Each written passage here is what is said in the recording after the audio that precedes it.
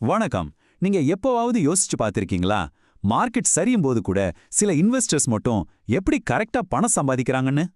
என்னைக்கு நம்ம நிபுணர் ரமேஷ் மந்திரியோட பார்வையில நம்மள மாதிரி நிறைய முதலீட்டாளர்கள் செய்யற அந்த ஒரு பெரிய தப்ப பத்தி தான் பார்க்க போறோம். இது கண்டிப்பா உங்க முதலீட்டு பார்வையை மாத்தலாம். நாம இன்னைக்கு ஒரு 5 முக்கியமான விஷயத்த அலச போறோம். முதல்ல நம்ம எல்லாரையும் குழப்பிட்டு இருக்கிற ஏஐ பத்தி பேசுவோம். அப்புறம் இப்போதைய மார்க்கெட்டோட உண்மையான நிலவரம் என்னன்னு பாப்போம். அதுக்கப்புறம் இந்த பகுப்பாய்வோட முக்கியமான பகுதி நாம செய்ற அந்த பெரிய தவறு என்னன்னு தெரிஞ்சுப்போம். கடைசியா வாய்ப்புகள் எங்க ஒழிஞ்சிருக்கணும், ஒரு ஆப்டிமிஸ்டா நம்ம எப்படி ஜெயிக்கணும்னு பார்க்கலாம். வாங்க ஸ்டார்ட் பண்ணலாம். சரி, முதல் பகுதிக்கு வந்தாச்சு. ஏஐ.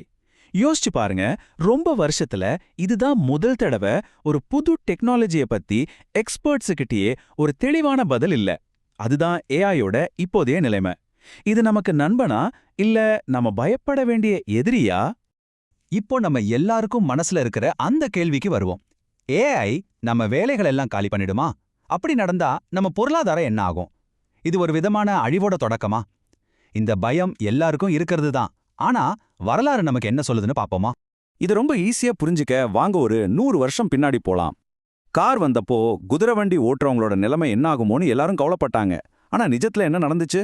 ஆமா, ஒரு வேலை போச்சு. ஆனா அதுக்கு பதிலா கார் தயாரிக்க, விற்க, ரிப்பேர் பண்ணனு ஒரு பெரிய பிரம்மாண்டமான இண்டஸ்ட்ரியே உருவாகிடுச்சு.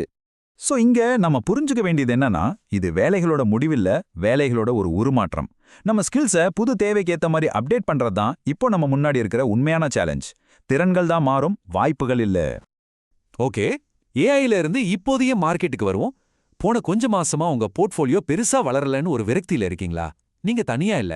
ஆனா இந்த விரக்திக்கு அந்த பக்கம் மார்க்கெட்டோட உண்மையான ஃபண்டமெண்டல்ஸ் என்ன சொல்லுதுன்னு பார்க்கலாம். இந்த நம்பரை பாருங்க, 18%. போன 18 மாசமா லார்ஜ் கேப் பங்குகள், அதாவது பெரிய நிறுவன பங்குகள் எந்த ரிட்டர்ன்ஸுமே கொடுக்கல. இதுக்கு என்ன அர்த்தம் தெரியுமா? டைம் போயிடுச்சு, ஆனா விலை ஏறல.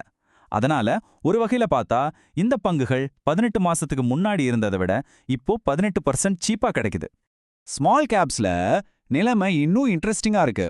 அங்க விலையே 20லேருந்து 25% வரைக்கும் குறைஞ்சிருக்கு. அதாவது நேரமும் போயிருக்கு, விலையும் குறைஞ்சிருக்கு. இததான் ஸ்மார்ட் இன்வெஸ்டர்ஸ் தேடிட்டு இருக்கிற ஒரு டபுள் ஆப்பர்ச்சுனிட்டின்னு சொல்லலாம். மார்க்கெட்டோட தினசரி ஏற்ற இறக்கங்கள் எல்லாம் கொஞ்ச நேரம் மறந்துடுங்க. நம்ம பொருளாதாரத்தோட அடித்தளத்தை பாருங்க. வட்டி விகிதம் குறைஞ்சிருக்கு, பல வருஷத்துல இல்லாத அளவுக்கு பணவீக்கம் கம்மியா இருக்கு, பேங்க்ஸ் எல்லாம் ரொம்ப ஸ்ட்ராங்கா இருக்கு. இதுக்கு என்ன அர்த்தம்? நம்ம எக்கானமி இன்ஜின் நல்லா ஓடிட்டு இருக்கு. இது முதலீட்டாளர்களுக்கு ஒரு பெரிய நம்பிக்கையை கொடுக்கணும். இப்போ நாம இந்த பகுப்பாய்வோட இதய பகுதிக்கே வந்தாச்சு. ஸ்மார்ட்டான இன்வெஸ்டர்ஸை சாதாரண இன்வெஸ்டர்ஸ் கிட்ட இருந்து பிரிக்கிற அந்த ஒரு விஷயம் என்ன? பணம் சம்பாதிக்க விடாம தடுக்கிற அந்த ஒரு சைக்காலஜிக்கல் ட்ராப். அதை நாம இப்போ உடைக்க போறோம். நான் உங்ககிட்ட இந்த கேள்வியை கேட்டா உங்க மனசு என்ன சொல்லும்?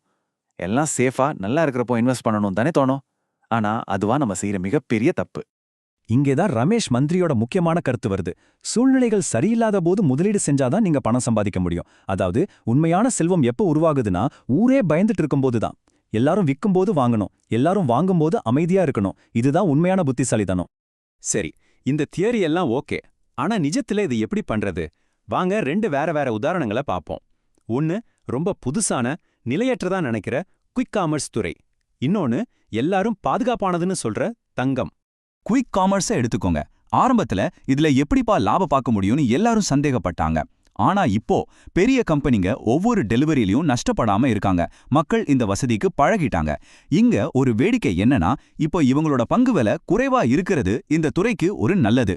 ஏன்னா இது பலமிலவர போட்டியாளர்களை காலி பண்ணி ஸ்ட்ராங்கான நிறுவனங்களை இன்னும் பெரிய வின்னர்ஸா மாத்தும். இப்போ தங்கத்துல இன்வெஸ்ட் பண்றது பத்தி கொஞ்சம் ஆழமா யோசிப்போம். நீங்க தங்கத்து மேல பெட் கட்டுறீங்கன்னா உலகத்தோட எதிர்காலம் மோசமா இருக்கும்னு நீங்க நம்புறீங்க. அதாவது இன்னும் நிறைய பிரச்சனைகள், பணவீக்கம் வரும்னு நினைக்கிறீங்க. ஆனா நீங்க பங்கு சந்தையில முதலீடு பண்ணா மனுஷனோட முன்னேற்றத்து மேலையும் நம்பிக்கை மேலையும் பெட் கட்டுறீங்க. நீங்க யாரு? ஒரு நம்பிக்கையாளரா இல்ல அவநம்பிக்கையாளரா? சரி, இப்போ நாம பார்த்த எல்லாத்தையும் ஒன்னா சேர்த்து ஒரு நம்பிக்கையுள்ள இன்வெஸ்டருக்கான ஒரு சிம்பிள் பிளேபுக்கா மாத்தலாமா? உங்க முதலீட்டு பயணத்துக்கான தெளிவான பாதை இதுதான். அப்போ ஒரு சக்சஸ்ஃபுல் இன்வெஸ்டரோட மைண்ட் செட் எப்படி இருக்கணும்? முதல்ல இந்த உலகம் நம்பிக்கையாளர்களுக்கு தான் சொந்தம்னு புரிஞ்சுக்கோங்க. இது ஒரு 100 மீட்டர் ஓட்டப்பந்தயம் இல்ல, இது ஒரு மேரத்தான். கம்பெனிகளை பத்தி நல்லா படிங்க. மார்க்கெட் விழும்போது வர்ற அந்த தற்காலிக வலியை தாங்கிக்க ரெடியா இருங்க. ஏன்னா அந்த வலிதான் நீண்ட கால வளர்ச்சிக்கு உரம்.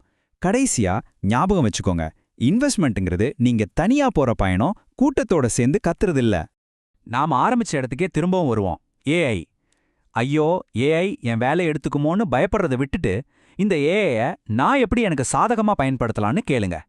மாற்றத்தை பார்த்து பயப்படுறத விட, மாற்றத்தோட ஒரு பகுதியா மாறுங்க. அதை கத்துக்கிட்டு உங்க திறமைகளை அடுத்த லெவலுக்கு எடுத்துட்டு போங்க. கடைசியா இந்த ஒரு கேள்வியோட நான் உங்களை விடுறேன். ஏஐங்கிற கதை இப்போதான் எழுத ஆரம்பிச்சிருக்காங்க. இதுல நீங்க ஒரு பாதிக்கப்பட்டவரா, ஒரு விக்டிமா இருக்க போறீங்களா, இல்ல இந்த சக்தி வாய்ந்த கருவியை பயன்படுத்துற ஒரு யூசரா மாற போறீங்களா? முடிவு உங்க கையில தான்.